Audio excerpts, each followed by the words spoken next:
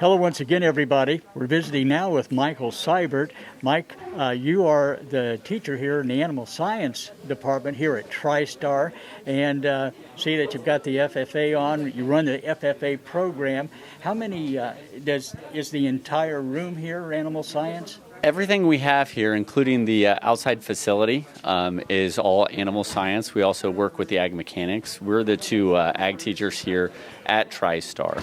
It's kind of a unique setting for us because half our students are actually still enrolled with their homeschool FFA, and we really advocate for that because we like more FFA students, the better we are. Now, have you picked up any urban kids into FFA because of the program here? Absolutely. Being in the field of animal health, we actually run into a lot of students that like the small animal care. And so I've got some inner city Celina students that wouldn't normally get any agriculture background or experience that have been involved in our class. And even Coldwater, which is unique because they're out in the middle of nowhere. But those students still, if they're from like in the town, they really don't get that experience with the larger livestock that you would have as a typical traditional farm kid. We have a lot of students that will go directly back into the family farm, but then we also have some that go into the four-year pre-vet. I have a lot of students that have gone through nutrition science, and they study that, especially in this area. We're looking at Cooper Farms, we're looking at the dairies, and they need nutritionists. And so there's just a wide variety of agriculture when it comes to the livestock side. And the one that's kind of unique that's up and coming a little bit more is the aquaculture side.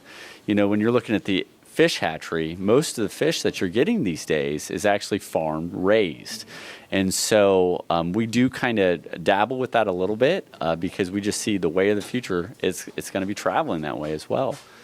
You talk about variety. There's so much variety here with everything that a student has to choose from. I guess they can't do everything. Oh, no. We'd like to try. You know, we try to diversify them the best we can. I feel like the worst experience that they could possibly get is if they narrow themselves down into only small animal care. There's just an endless amount of activity and professions out there, as long as you keep your eyes set that we need to keep learning. There's a lot more out there than just what we walked in thinking we were going to do. Well, as we walked in to set up here, we walked in front of you and your class. I heard you talking a little bit in specifics about what you were teaching, and some of the things that you were saying now, I would have expected to maybe hear first in college, but the education is so much more advanced these days. Well, we're working on artificial insemination right now from swine to bovine, and we're discussing kind of the techniques and how to go through that. And so what's really unique is some of these students that have never been around a pig, never been around a cow. We actually had a cervix dilated over here that we had them thread the rod through to illustrate how breeding would happen. We're working with MVP right now, the local dairy, and they're talking about donating a few animals that we're hoping to actually have the students in-house breed them. And so experience one, you know, give them the technical data. Experience two, show them on a laboratory setting. 3, have them do it, you know, because those are the industries and those are the jobs that are going to be placed for these students. It's got to be exciting for you to see their eyes light up when they see what they can do. Oh, absolutely. And I do have students several times say, you know, in my homeschool health class, I learned this much about reproduction. It kind of, you know, a little finicky. When they walk out of here, they're like, oh my gosh. So that's what goes on, from the chemistry to the hormone balancing to basically the follicular waves that are traveling through there. And it looks like you have a sizable number of a good room, but it's pretty full. Yeah, absolutely. I actually classify these guys as my minions a little bit. I'm not quite the Gru type, if you catch my reference, but it's a fun-loving class, very diverse. If you think about the school districts they come from, TriStar feeds 9 different districts. And so day one, they came in, they were so quiet. They didn't know who to talk, no friends. But everybody here wants to learn more about animals. And so the one thing that they have in common, they just pick that right up. And a lot of these guys are friends. They go and do activities after school. They're all basically towards the same technique of understanding animals. And it's just a very unique blend of students.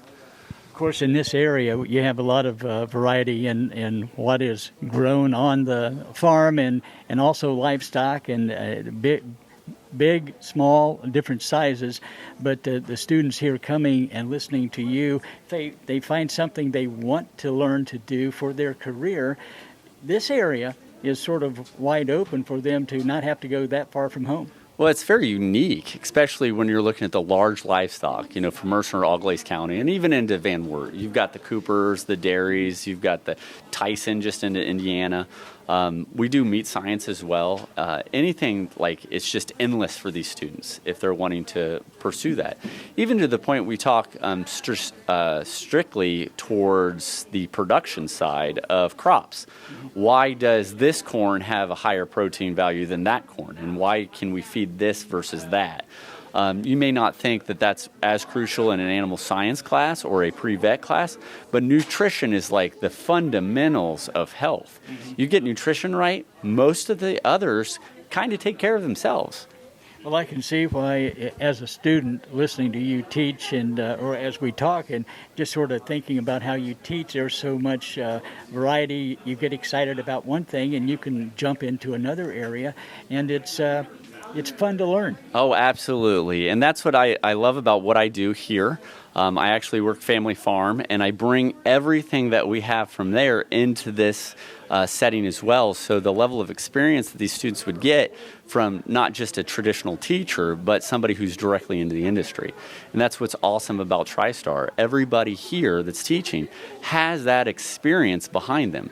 We're actually from the industry first, teaching second, which just gives these kids more of that professional level of what's expected in the future.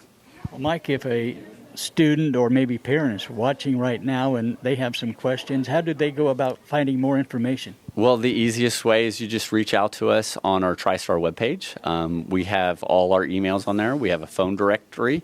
We're a real close-knit community, so I have people walk up to me and be like, hey, I've got some questions, which is fine. You walk into Walmart or Kroger locally, you'd be surprised on the people that stop you and ask you questions just based on your curriculum.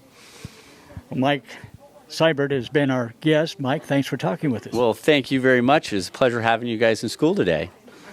And stay with us. We'll be back with more right after this.